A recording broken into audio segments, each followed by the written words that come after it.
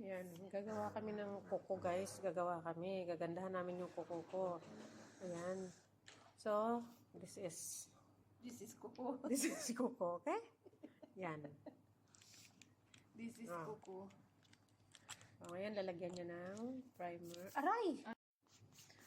So, walang pagpapaganda na hindi masakit. Kaya, lahat masakit. Pag nagpapaganda ka, mag-aray ka talaga.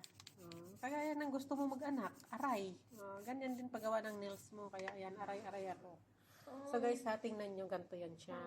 So, mamaya yan, paglabas niyan, ako sinasabi ko sa inyo, first. Guwapa yan siya. 45 na naman. So, ito siya, guys, ngayon, ha? So, ayan na yung ilalagay niya sa kuko, guys. Puform siya ng kuko. Ayan yung builder. Ayan. Lagay niya yan at didikit niya sa kamay ko. Tararan. Hindi nalagyan dun sa taas, ha?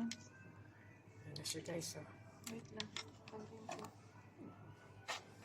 Ang gulo. Ayan na. Malapit na matapos ang ating ginagawa sa kuko, ha? Abangan ang magandang kuko.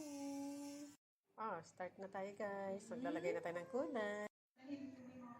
So, ayan na siya, guys, ha? Ayan na, start na. So, watch and learn. Tantararan. Ang ganda ng aking, nail artist.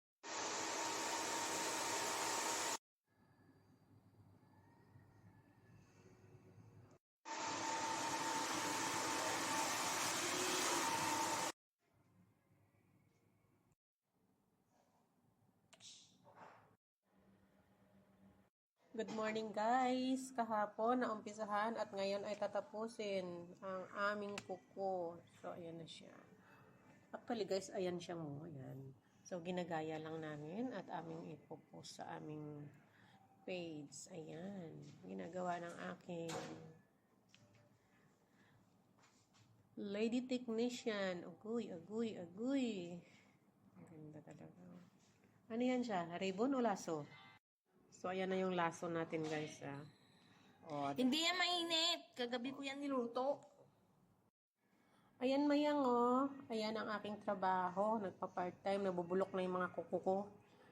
Yan, nagmumudeling ng kuko. Yan ang ginagawa ni Kabsat. Ayan siya. Yan yung aking nail artist. Ayan. Ayan siya. Kaya, ayan. Yan yung part-time job ko. Pinupudpud niyo yung kuko ko. Yan, kamumodel. Nakita mo yan? Ayan.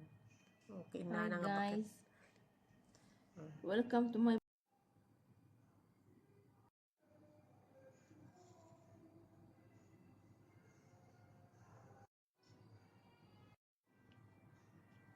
Finally, guys. Done. Natapos na rin ang ating nail art, nail design. Kita niyo yan, ang puso niyang namamaga. At ang laso niyang parang ribbon.